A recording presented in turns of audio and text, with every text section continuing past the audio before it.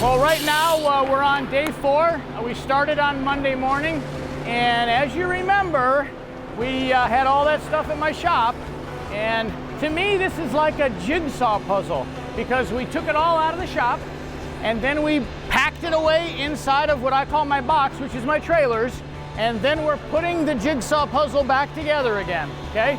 So now you're starting to see all the elements come back together. We have flat concrete. They just give us little areas that we're allowed to set up in, the size of the show we're allowed to have, and they start trucking the sand in, and we start utilizing it. A lot of noise in here. The ironic thing about this is as soon as you tweak one thing, it tweaks everything, unfortunately, the further out you get. So we don't like to do that, but it does happen. Next time you see us, we're going to have a little spring in the air, and hopefully we have a wedding festivity going on here.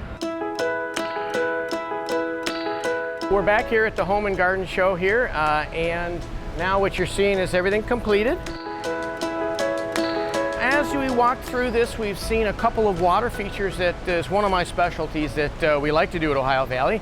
And you'll see a little bubbler that we, I think the last time we got together, we were grinding, and now you'll see it's all together now, bubbling away, and we added a little moss around it, and it's working perfectly.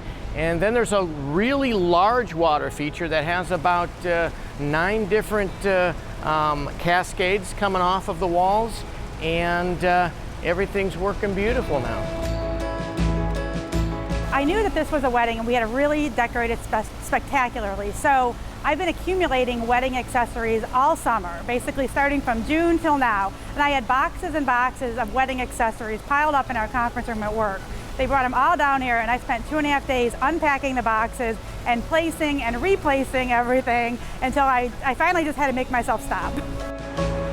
Originally, I had this drawn out as having 2 farm tables because I wanted a massive wedding table. Well, all the tables were brought in on Wednesday and placed there, and it was terrible. So I had to have everything sent back and do it on a slightly smaller scale, which does happen all the time in these gardens because you're designing it for a structure that hasn't been built yet. So we just have to leave a little room for error, which is fine. It all worked out great. But there's a lot of different areas of this garden. There's the wedding feast table. There's a little bride and groom garden that had to be placed, a little lounge area for, bar guests. So all these little areas had to be decorated and thought out. I just love the chandelier that we made. We actually took down that tree, had it milled, stained the wood, made the glass bottles, and I love how that reflects on the wedding table setup. So I probably would say that's my favorite. The team did a fantastic job, as I say, putting those puzzle pieces back together. And it was fun to sit there and watch the camaraderie, the teamwork, and the hard work that they did to do this. It's a lot of work it takes to do it.